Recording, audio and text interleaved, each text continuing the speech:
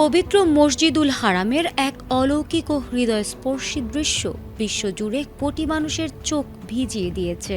কাবা শরীফের কালো গিলাফ শক্ত করে আঁকড়ে ধরে ডানা ঝাপটানো একটি অবুঝ পাখির আকুতি এখন সামাজিক যোগাযোগ মাধ্যমে তুমুল ভাইরাল। সৃষ্টির এই অপার্থিব ব্যাকুল সমর্পণ দেখে আবেগ ধরে রাখতে পারেননি কাবার চত্বরে থাকা উপস্থিত হাজিরাও।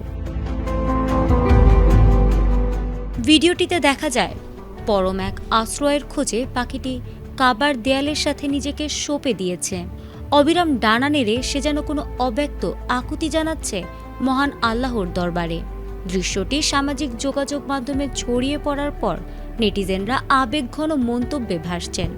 কেউ লিখছেন, মানুষ যেভাবে নিজের পাপের জন্য কাবার গিলাফ ধরে কাঁদে, এই পাখিটিও ঠিক তেমনি আল্লাহর ঘরে আশ্রয় নিয়েছে।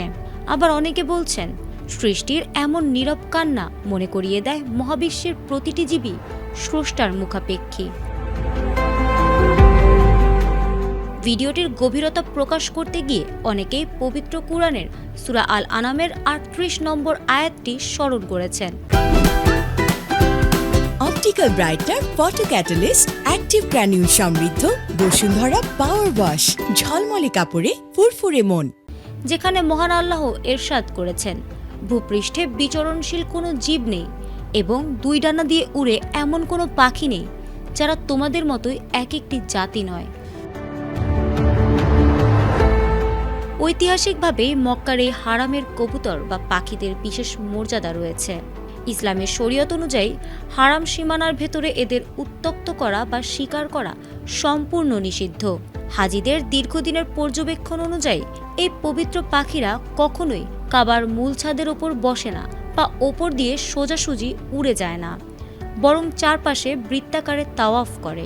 কাবার পটভূমিতে অবুঝ পাখির এই ব্যাকুলতা যেন কুরআনের সেই চিরন্তন বাণী এবং প্রকৃতির অনন্য ভালোবাসারই এক জীবন্ত প্রতিচ্ছবি। অবুঝ পাখির এই ব্যাকুলতা পৃথিবীর সব সমর্পণকেই হার মানিয়েছে।